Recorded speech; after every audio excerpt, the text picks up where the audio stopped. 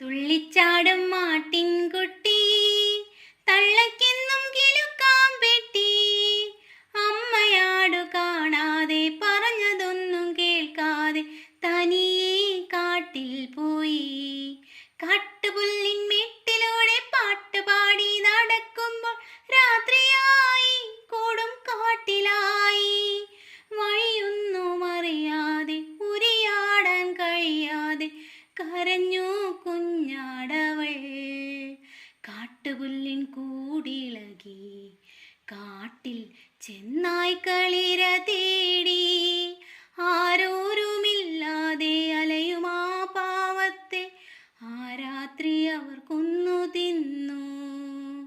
അന്നു രാത്രി കഴിഞ്ഞു, കാട്ടുപുല്ലിൽ രക്തമുണങ്ങി.